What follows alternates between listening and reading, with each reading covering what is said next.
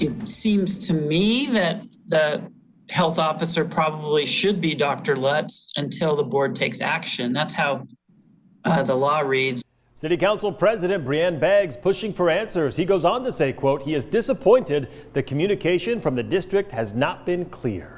Good evening and thank you for joining us. I'm Mark Hanrahan. Welcome everyone. I'm Whitney Ward. 3 days after Dr. Bob Lutz, the man leading the local response to this coronavirus pandemic, was asked to resign, confusion, anger, and questions remain. Including why did the administrator for the health district ask for Lutz's resignation? So here's what we know so far. Dr. Lutz issued a statement saying he has not resigned. He says he's hired an attorney and plans to fight to keep his position.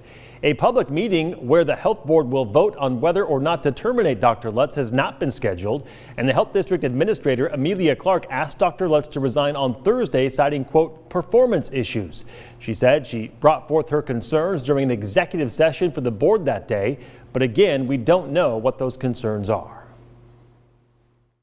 After I was fired, it took 2 years to replace the health officer.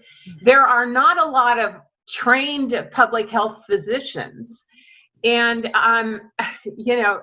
it's hard to see somebody wanting to come into a position like this. So that is Dr. Kim Thorburn. The Spokane Board of Health fired her in 2006. That's after she served as health officer for 9 years. She told KREM 2's Amanda Rowley that the recent events with Dr. Lutz feels like deja vu. Spokane Regional Health District bylaws say the Board of Health has the authority to appoint and terminate its health officer. It's currently using that authority, attempting to fire health officer Dr. Bob Lutz. But this is not the first time the board has fired its health officer. Deja vu.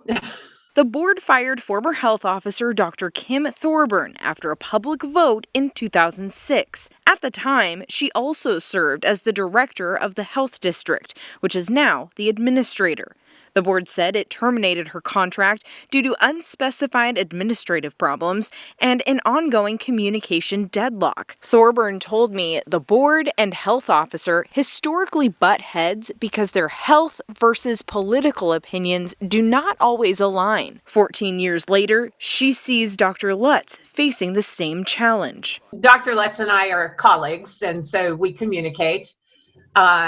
We've discussed the difficulties of board governance with elected officials as the major portion of the board. Is it frustrating to you to see this now happen once again? You mentioned it's very similar to what you experienced. Well, frustrating is one word.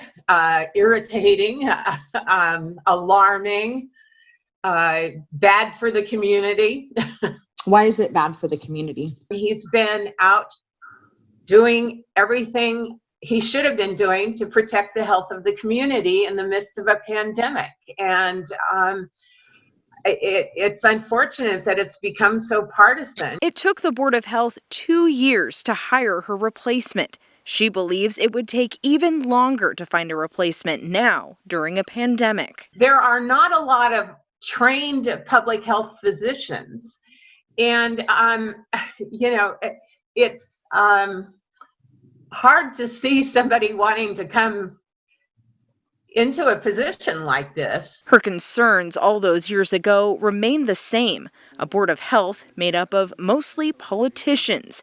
In the spirit of transparency, she would rather see more health experts fill those seats. They would have more of the interest of public health. Amanda Rowley, KREM 2 News. In the meantime, a petition calling for the removal of Spokane's regional health administrator, Amelia Clark, has garnered more than 4,000 signatures. That petition was posted on Saturday night. The petition organizer has marked their goal at 5,000 signatures. The petition states, quote, many community members feel that Clark has recklessly abused her power in calling for the resignation of the county's public health officer amidst the current pandemic.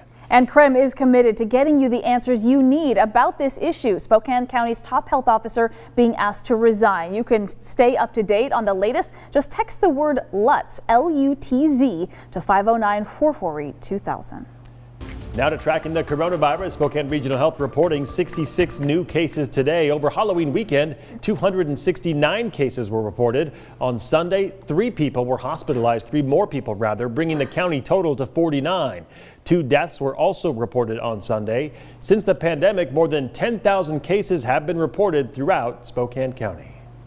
All right, we want to turn our attention to weather now. Very sunny, warm start to our work week here across the inland Northwest. Tom Sherry actually now tracking 60-degree weather. It's officially November, right? It is officially November, and I do have 60-degree temperatures in my week forecast, and we've also got rain to talk about as well. Beautiful outside right now. The sun has already set, so we're in that civil twilight period. Not much in the wind department.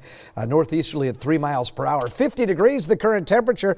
We do have an air stagnation advisory in effect through Wednesday morning, not in Spokane and Coeur d'Alene, but across the Okanagan Highlands and parts of northeastern Washington, and also on the east slopes of the Cascades. We'll look for an overnight low of 32 degrees under mostly clear skies. Tomorrow will be partly cloudy, and then we'll look for rain to develop maybe late in the afternoon or into the evening hours. Shouldn't be soaking rain, though. We'll save that for later on in the week. For the weekend, I've got mostly dry weather and 42 on Saturday, 39 the expected high on Sunday under mostly cloudy skies. I'll check the rest of your 7-day forecast, all coming up in a few minutes. Sounds good, Tom. Thank you very much. Elections workers in Kootenai County in Idaho say they are ready without a doubt for one of the most historic elections they've ever handled. That includes processing a record number of absentee ballots. Thousands, though, still expected to head to the polls for in-person voting. So this morning, election staff tested the ballot counting machines just to make sure they are ready and accurate. KREM 2's Taylor Vito was there and explains additional measures the county is taking to ensure a safe election.